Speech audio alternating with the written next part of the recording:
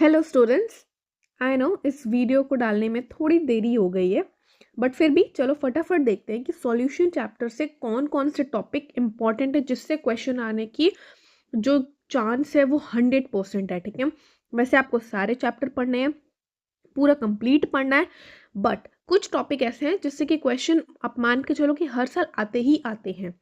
तो अगर आपको नहीं पढ़ना है पूरा, पर पढ़ना पूरा है, ठीक है ना। अगर आपको ये चाहिए कि इम्पॉर्टेंट कौन कौन से हैं, तो वो हम फटाफट देख लेते हैं कि कौन कौन सा है। ठीक है, तो बच्चों सबसे पहले तो आपको बोर्ड के लिए एनसीईआरटी से ज़्यादा कुछ पढ़ने की ज़रूरत ही नहीं है। NCERT is best. ठीक है, एनसीईआरटी के आपको सबसे पहली बात कि एनसीईआरटी पूरा रीड करो। ठीक, ये अब नहीं करना, ये आपको पहले कर लेना था। इसके आपको क्वेश्चंस कर लेने हैं। ठीक है, इसके क्वेश्चंस कर लिया तो बेस्ट है। ठीक है, ये कर लेना है। ठीक है, बट अगर मैं बात, क्योंकि आप अभी मैं सॉल्यूशन चैप्टर का बताने वाली हूँ, तो सॉल्यूशन चैप्टर में बच्चों जो टॉपिक्स हैं, जैसे कि टॉपिक मैं आपको बता देती हूँ कि आपको भी पता है ये हेनरीज लॉ है ना। हेनरीज लॉ बच्चों हमेशा अभी लास्ट 2 इयर्स में भी पूछा गया है, लास्ट 2-3 ईयर में।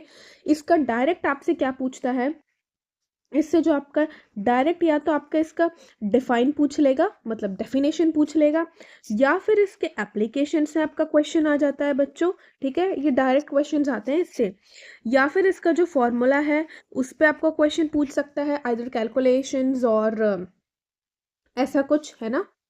एंड जो आपका हेनरी कांस्टेंट है वो आपको पता है टेम्परेचर के डायरेक्टली प्रोपोर्शनल एंड सॉल्युबिलिटी के इनवर्सली प्रोपोर्शनल होता है।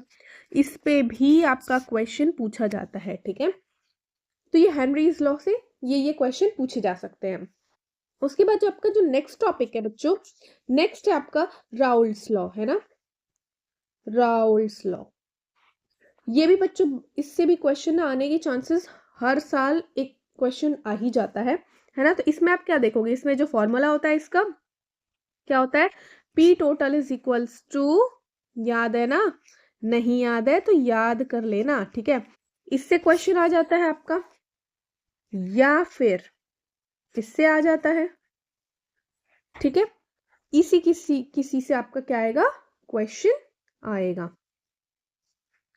ठीक है, ये इसमें कैलकुलेशन का जनरली दे देते हैं, ये आएगा आपका। और इसी में राउल्स लॉ में आपका क्या है बच्चों, positive and negative deviation, sorry positive and negative आपका ग्राफ बनता है ना डेविएशन का, तो आपका वो भी पूछ लेते हैं। एक तो आप बच्चों देखो graph, graph is very important. आप इसके ग्राफ एनसीईआरटी से कहाँ से पढ़ोगे, और कहीं से नहीं पढ़ना है, एनसीईआरटी से इसका ग्राफ आप देख लोगे।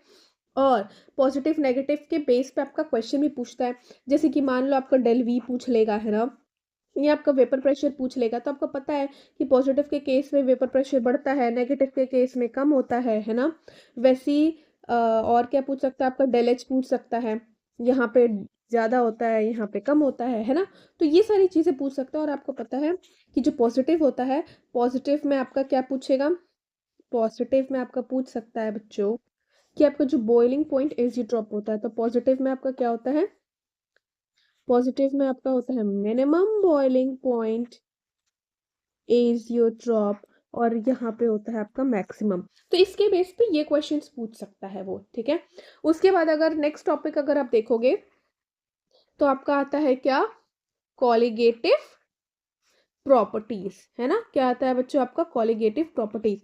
इसमें एनसीईआरटी में 4 दिया हुआ है ना। कौन कौन सा दिया हुआ है, relative, relative lowering of vapour pressure, second आपका दिया हुआ है elevation of boiling point, third आपका दिया हुआ है depression of freezing point, and fourth one is आपका ऑस्मोटिक प्रेशर। बच्चों ये चारों ही इंपॉर्टेंट है। ठीक है, ये चारों ही आपको रट डालने हैं, क्योंकि ये चारों से ही क्वेश्चन आते ही आते हैं। एंड एक और चीज इंपॉर्टेंट कि elevation of boiling point and depression in freezing point, इसके जो ग्राफ हैं वो एनसीईआरटी से चार्ट डालना। ठीक है, मतलब याद कर लेना, क्योंकि ये ग्राफ से भी आपका क्वेश्चन आ सकता है। ठीक है, उसके बाद आपका नेक्स्ट बच्चों इसके बेस में क्या आएगा, कैलकुलेशन ही आएगा, है ना, ये चारों के बेस में आपका कैलकुलेशन ही पूछते हैं, ठीक है, तो कैलकुलेशन आएगा। उसके बाद आपका लास्ट जो एक इम्पॉर्टेंट है, ऑब्वियसली आई थिंक ये आप समझ गए होंगे, क्या है, वेंट ऑफ फैक्टर, है ना। वेंट ऑफ फैक्टर से बच्चों एक क्वेश्चन तो आता ही आता है, ये फिक्स मान लो, और वो भी आएगा तो क्या आएगा, कैलकुलेशन ही आता है, ठीक है, कैलकुलेशन ही आता है। और आपको पता है इसको निकालने का क्या होता है, बताओ क्या होता है, i-1/n-1, है ना।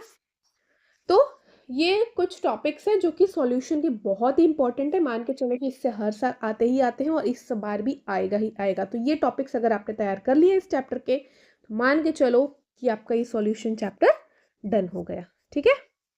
Thank you.